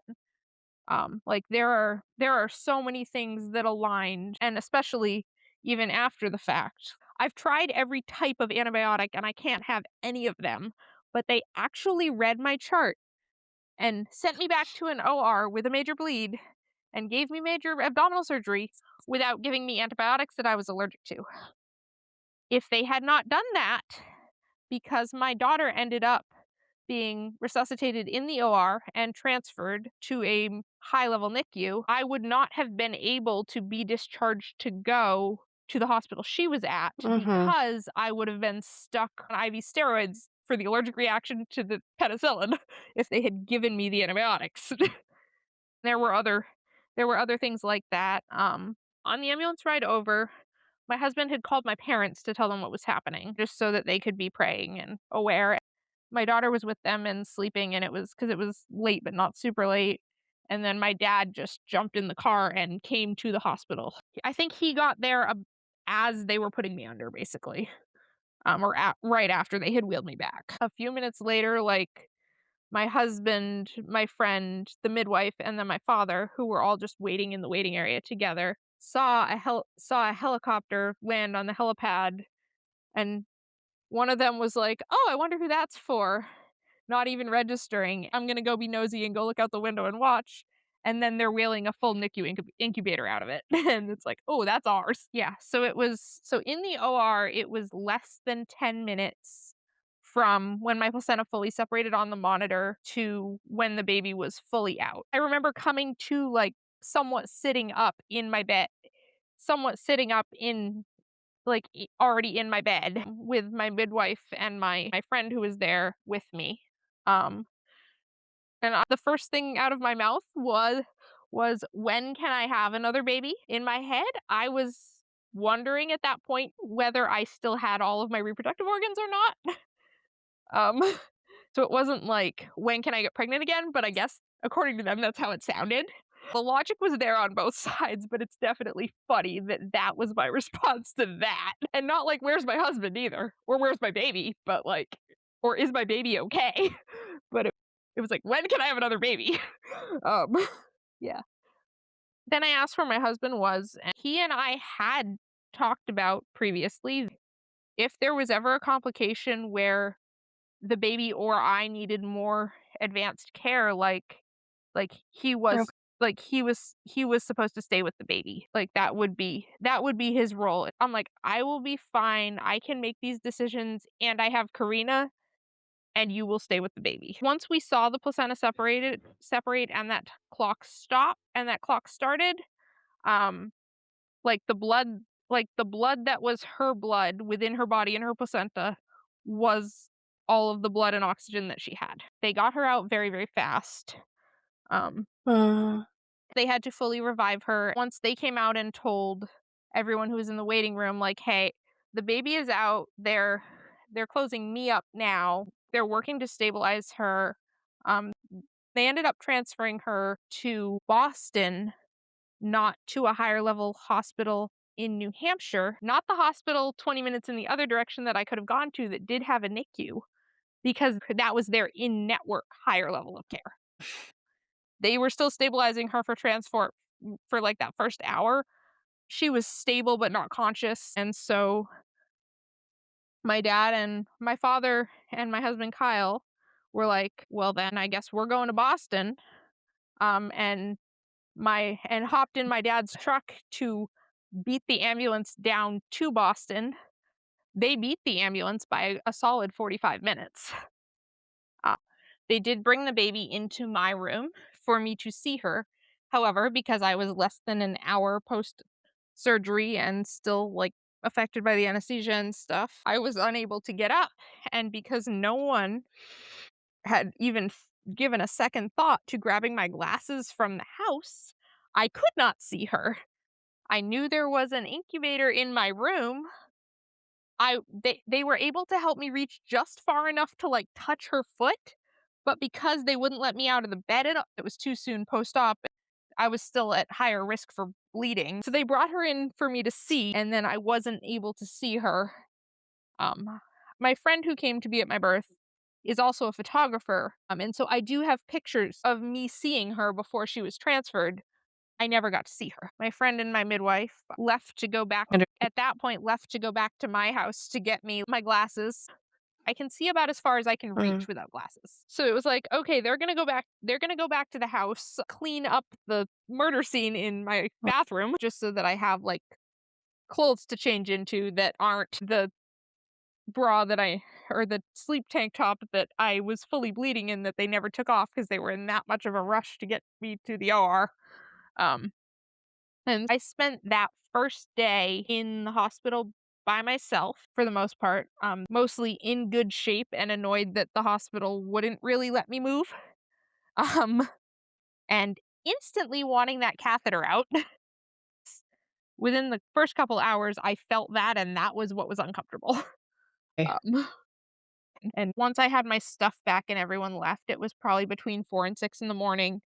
And my daughter had gotten to the NICU, and then they put her on a cooling plate protocol to essentially minimize or reset any brain damage. It's called HIE. I forget exactly what that stands for, but it's basically the loss of blood supply to the brain during birth. Yeah, it's hypoxic ischemic encephalopathy. They didn't know what parts of her brain it had affected at all, or how she would be Right. affected. Oh, I'm so They glad they wouldn't agreed to give us that. any prognosis of what a person with this looks like.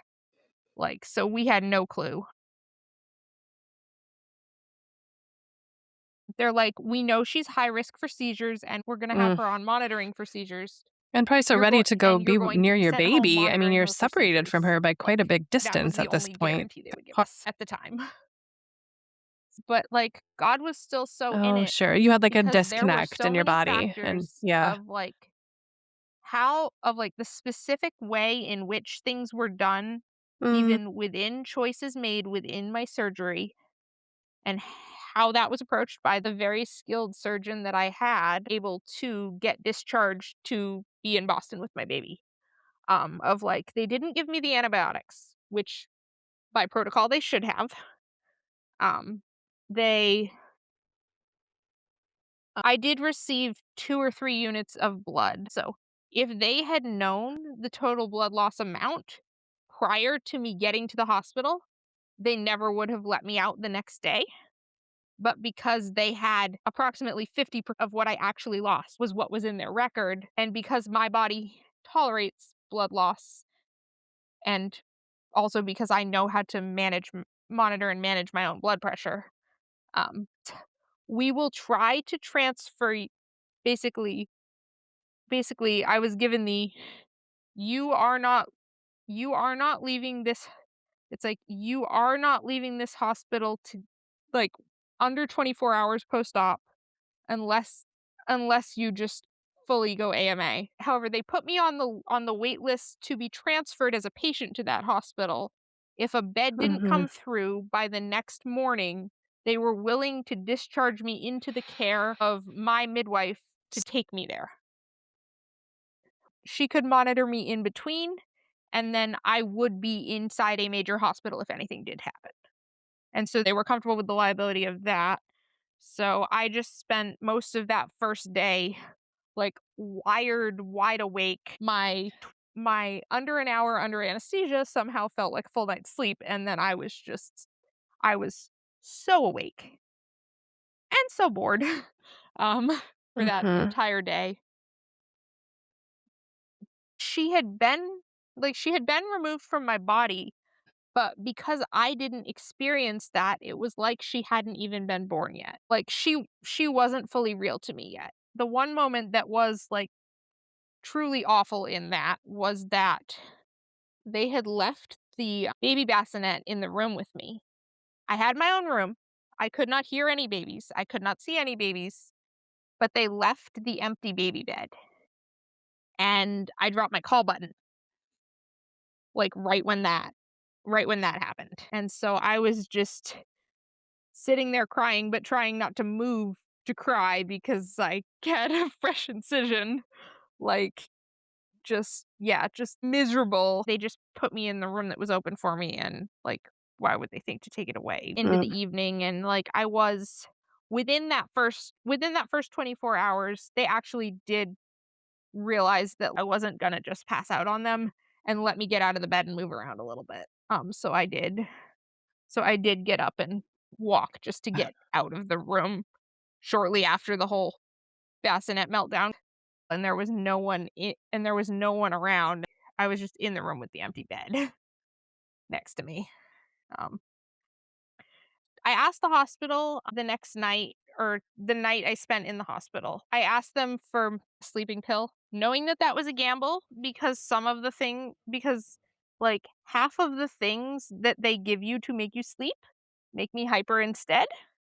I knew that there was a chance that I want something to knock me out. Like, I wanna get a full night's sleep before I have to go travel to Boston, which is still, like, hour and a half, and that mostly worked.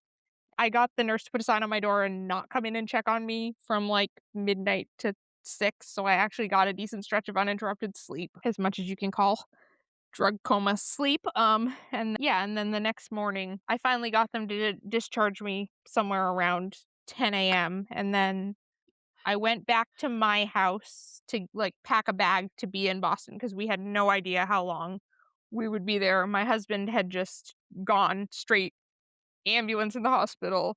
My dad drove him to Boston, and then once the baby was checked in and on the cooling protocol, my dad came home and just left him there with the clothes he was wearing and his cell phone. I did I did call a friend during that, like, first 24 hours, who ended up going down to check on him. And this was someone who was, like, an older mentor from our church who had their oldest daughter was premature, and then they had twins, so they had had, Yeah, I'm sure that like, was so extensive protective, experiences of NICU giving you more babies resilience that you might themselves. have had And so otherwise. he went down Mhm. and, That's beautiful. because he also worked in the city, so he was close, so he went and made sure my husband, like, actually ate food and slept and took a shower and took care of himself because I needed to know that someone would do that for him. So they got me there about probably 2 in the afternoon the next day. That was, like, 28 hours into the 72 hours on the cooling and monitors where it was kinda just, "Let's wait." Ooh, yeah, we ended up deciding to, get a hotel room. There's a hotel right next to the hospital that, like, people who travel for procedures there stay at, so, like, they have wheelchairs and stuff. You really shouldn't be up and moving as much as I had to be just to get to the NICU. Even though normally I am not the person who does this, I am going to make the decision to accept the room that someone had offered us with their, like, travel mileage points so that I wasn't putting as much of my energy into keeping myself upright for the next indefinite amount of time. And we spent the first couple days there. By the time I got there, she was still on cooling, but she was breathing independently. They had extubated her, and she wasn't still on oxygen. Um, my husband sent me a couple pictures. And over the next couple days of waiting, I was very actively managing my own body and my symptoms and very aware of it, of, like, being careful with my blood pressure, and, like, I had to make myself an adrenal cocktail with random hospital orange juice and my electrolyte mix that I had grabbed and packed when I went home, along with most of my, like, supplements and that kind of stuff. I do think the fact that I took liver capsules through that whole pregnancy and then started taking them immediately postpartum really, really helped with me being able to cope as well as I did with the blood loss. Um, that was one of the main differences in, like, I had taken a traditional prenatal with my first baby, and then I basically built my own with with this pregnancy. having been so much healthier through the whole pregnancy and building my body up so much more. Yeah. Yeah.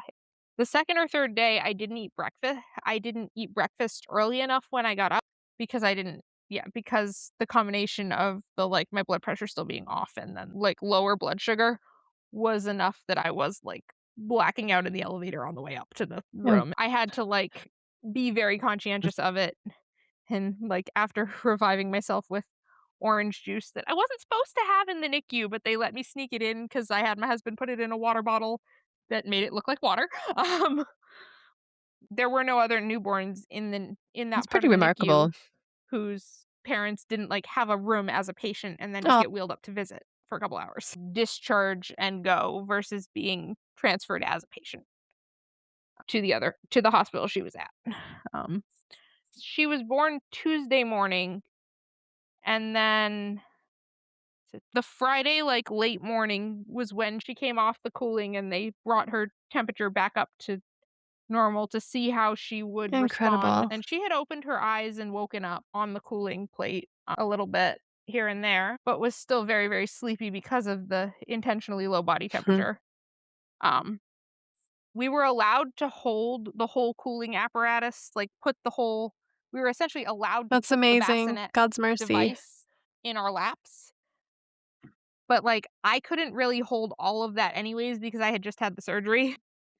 They did the rewarming that Friday morning, and then she fully woke up and they were like, she might not nurse. I was very adamant that the hospital not put her on formula. It was like I had exclusively breastfed my older daughter up until I had that like weird scare at 20 weeks pregnant, and then I stopped. I stopped for a couple days and didn't start again because I knew that with the oversupply, like painful oversupply issues I had had previously, that I did not want a tandem nurse while I had a newborn. Um, at 20 weeks, I made the decision to stop nursing my older baby.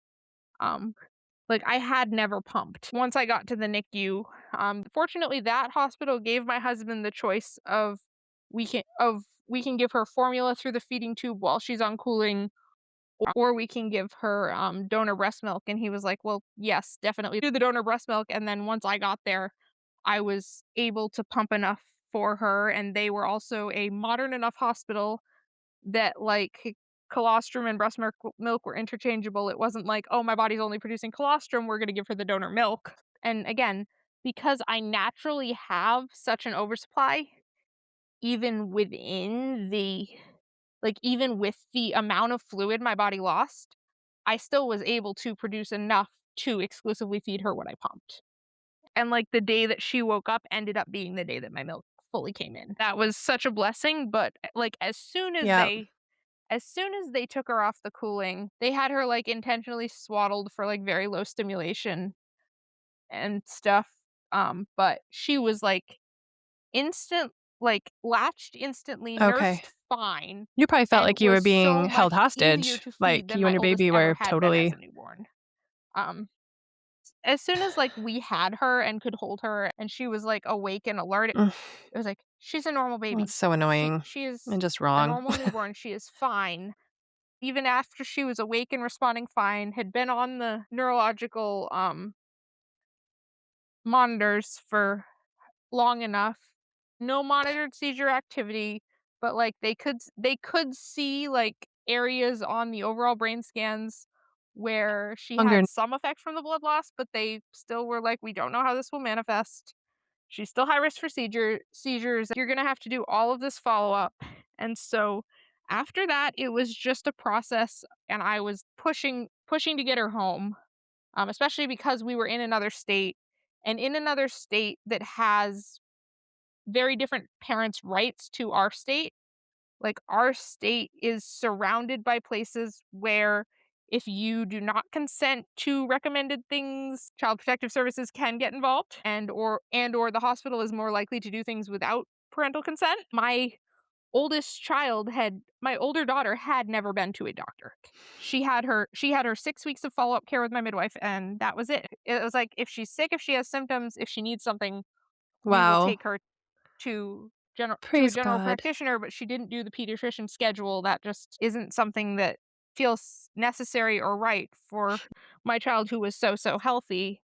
And so then going from that to, well, we can't discharge you from the NICU because you have a GP and she needs follow up within like 2 days with a pediatrician. That was the thing that, like, trying to fix that and figure that out was the thing that almost broke me. I called my midwife at that point. Like I fully walked way more than I should have because I just needed to get out of that hospital at that point. Kind of losing it. Called her, we're going to be stuck in Massachusetts with this baby. Like, help me. Like, oh, and she's like, okay, let's Mhm. just find somewhere that is in New Hampshire. And then once you are in New Hampshire, because that's a Massachusetts specific policy, basically once we are transferred to primary care in New Hampshire, you can get all of your follow-ups switched out of the Massachusetts system. But that part was a whole nightmare. It was the weekend, and we spent entire days, like, just waiting for departments that didn't work weekends to clear her to go home. Once she was off the cooling, I started just staying the overnights Amen. Yay. with her in the NICU, but then I'm also like having to nurse her upright was so frustrating cuz like I don't I don't exclusively co-sleep, but like I co-sleep to nurse. I nurse side laying, I nurse in bed. And Oh, so and those nights with all the blue light, that there's so much blue light in the hospital. Every machine is blue light, like that. It's like that part was hard. That part was harder. My normal baby, and like, couldn't even just hold her without her being plugged into a heart monitor because she's still technically a patient. And so yeah, so that was very frustrating. So she was born Monday night. And then by the end of the day, the following Monday, we were finally able to get her home. And I got to spend like 1 day in bed with her. And then I had to go take her to this horrible pediatrician. Um, the postpartum and the follow ups that were so outside of what I would choose that I didn't have a choice in was the hardest part of all of it. Like, but she's almost 2 now, and the only health thing of any oh. kind she has is a couple food allergies. She is a miracle. She was like such a joyful and such an active child from like day 1. The other follow-up thing that I had to do that, like, I wouldn't have known to do if she was my first baby was extensive fascia work and body work on her. Because the way that the cooling plate was set up, she was strapped into it. She was, and unnecessarily, but just because what they did, between the trauma of her birth and then being strapped into a single unnatural position for like 4 days. She was like so stiff and rigid. If I hadn't had another baby before her, I wouldn't know. It's like she's not a squishy newborn. She was never a squishy newborn. Within that first week or two, I had a friend who did house calls as a craniosacral fascia therapist. We started doing that and different myofascial release work. We're able to correct what the doctors were all telling us was nerve damage. I'm like, no, she's not. Like, she's not stiffer on one side of her body because of neurological damage. She is stiffer or uneven from one side to the other because of the neurological damage. It's like, no, this is clearly physical restriction in her body. And like, with the release work, we were able to fully correct it. And any issues that came with that tension. She probably got worked on weekly from like 0 to 6 months. And we were also able to Mhm. like completely correct the airway trauma from being intubated and resuscitated through that, which was amazing. For all of the things that they told us to have happened to someone, I can't imagine going through it, one, without the faith that we had. Like, there was never a moment in it where it wasn't like God is in this. There was never any doubt of that for me or for my husband. the faith that came out of that. She was just such a joyful, happy child. She struggled being in the car seat because of the fascia restriction for like the first several months.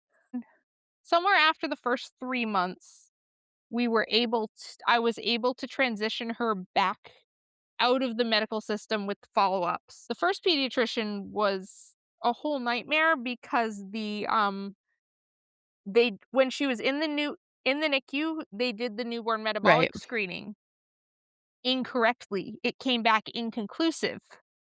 And so then at her 3-week appointment, they essentially held me hostage with her of like, if you leave without doing this today because it's required for all children, some states have a waiver where you can intentionally decline it, but it's still legally required. New Hampshire's a state where they usually essentially held me and her hostage in the hospital building until they redid it, when it's like, if she had any of the things that this tested for, like, she would have had some sort of feeding issues of some kind by now at that point. And figuring out how to get it done that day, because it's only done on newborns, so they Mhm. only keep it in L&D. So then they had to send me over to L&D to wait. And then L&D was fighting with insurance of like, are we allowed to do this to you because you're not a patient, because you were never a patient here. She's just like, Vera is just such a blessing. And like, I can't imagine it having happened to someone who didn't have one the understanding to question what anyone was telling us, and to actually be able to address things as they did come up. But also someone without the faith of like, hey, either I get, and especially having had to reckon with it where I Wonderful. thought I might be going into labor at 20 weeks of like this baby doesn't, like, this babe like, this soul doesn't belong to me, this soul belongs to God, and whether I get to hold her first or he does, she's still a blessing and she's still supposed to be there.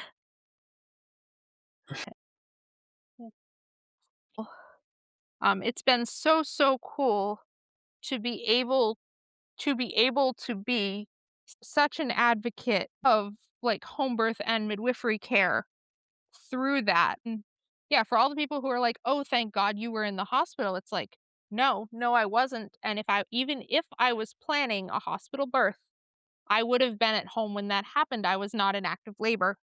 Even talking to my husband like the night I got to the hospital, it was like, like, even knowing exactly where we would be right now, I am still so glad that we made the choices that we did and the plans that we did.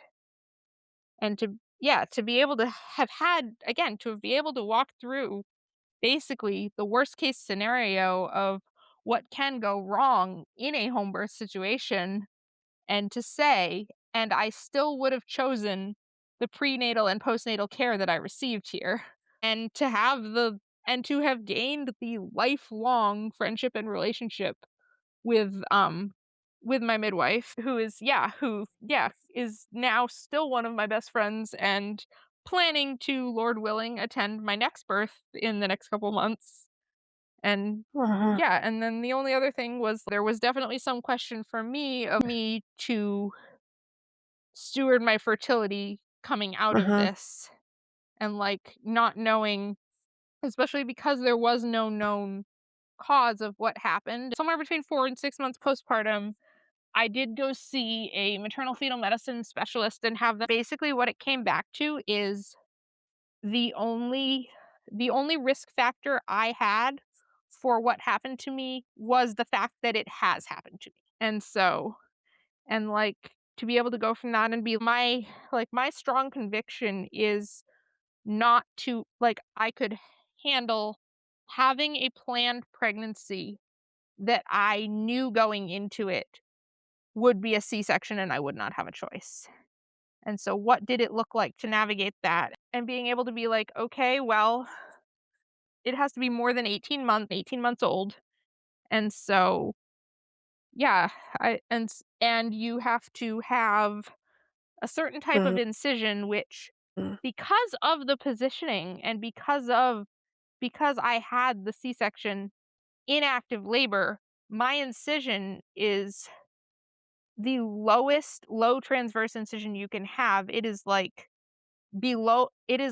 on my pubic bone, which is actually way, way lower risk for VBACs. I had a surgeon who was so skilled in how she reconstructed everything to where, like, I have way less scar tissue than a normal C-section would be with my extreme emergency C-section done in under 10 minutes that could have been more damage because of the circumstances. It actually ended up being less. And yeah, it's like so much of that is just amazing to get to experience now. Yeah. Well, I think your story is going to be really encouraging to moms, even in just the way that you were able to tell a story that had some really truly hard, scary parts in it, while still maintaining the thread of like God's goodness and His provision, and like really your trust being carried you through that experience. And that's really what matters. That's where our hope is at the end of the day, right? Yeah. So thank you so much for the gift of your stories. And I'm just so grateful that you came out on the other side of that, not only alive, but also with such a deep gratitude and a deeper faith than you had prior. And it's like out of everything that we walked through, in the end, only blessings came out of it.